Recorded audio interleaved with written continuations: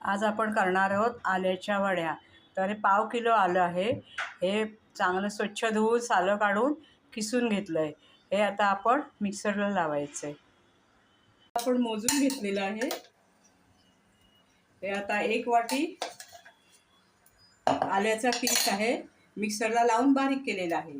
आता ह्याच्यात 3 पट आहे साखर घालायची आपल्याला।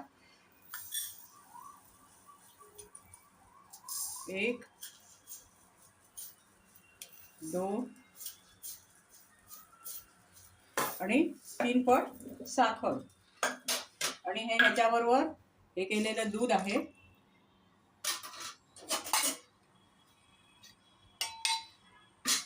आणि 1 वाटी दूध घालायचे।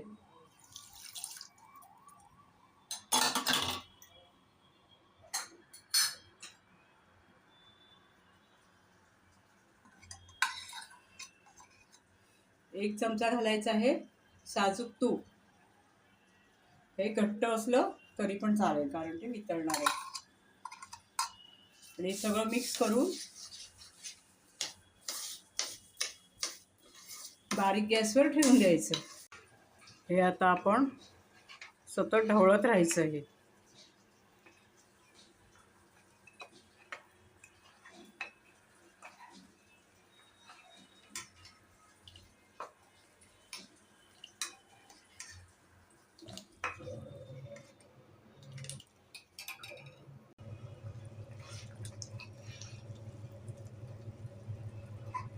हे आता जवळजवळ होत आलेलं आहे। अजून याला 5 मिनिटं लागतील, कमीत कमी याला 15 मिनिटं तर लागतातच। ढवळत राहायचंय सतत। हे आपण आता ताटाला तूप लावून घेतलेलं आहे। ताटाला सगळीकडे तूप लावून घ्यायचं आहे। आणि आता हे मिश्रण जवळजवळ तयार झालेलं आहे। आता आपण ताटामध्ये ओतून घेऊ।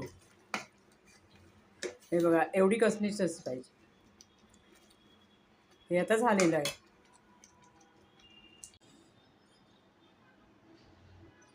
हे आता आपण सेट करायला ठेवलेलं आहे। आता एक 10 मिनिटात सेट होईल आणि लगेच आपण कापून घेऊ। या झाल्या आपल्या आल्याच्या वड्या तयार। आता आपण ह्या काढून ठेवू।